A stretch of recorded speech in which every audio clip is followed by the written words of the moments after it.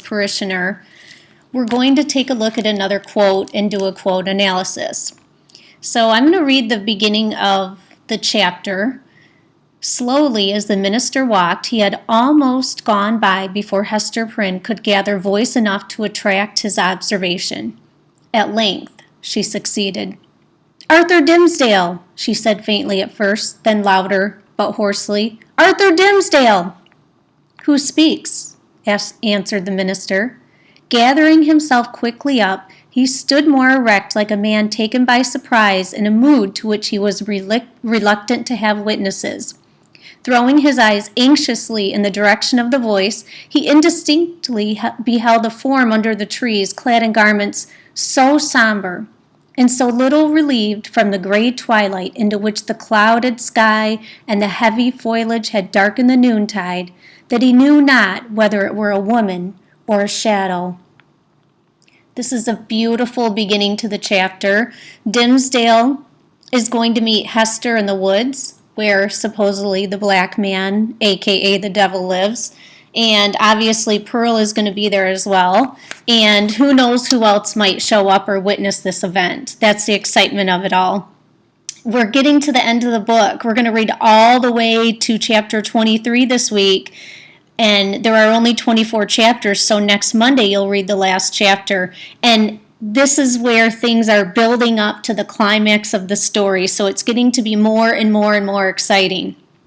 We're going to take a look at this quote here. So your objective is to cite strong and thorough textual evidence to support analysis of what the text says explicitly, as well as inferences drawn from the text, including determining where the text leaves matters uncertain.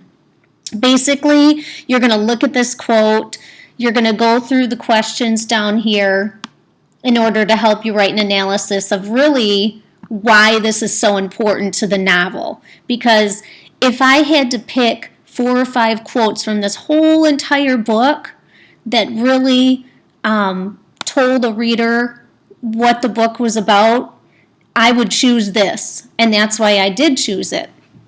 So, step number 1, you can watch this video on how to write a quote analysis. You've already seen it, so if you don't feel like you need a refresher, then please don't watch it. But you've already seen this, and it doesn't help to watch it. It doesn't hurt to watch it one more time. So that's the video. Next, read the quote. This is from the original text.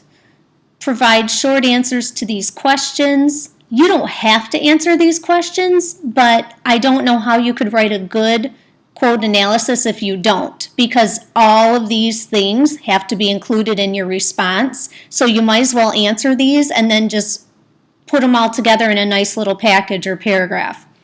So I highly suggest you pull all of these things together and then use these answers to construct a very nice, well-written paragraph. Some things to think about.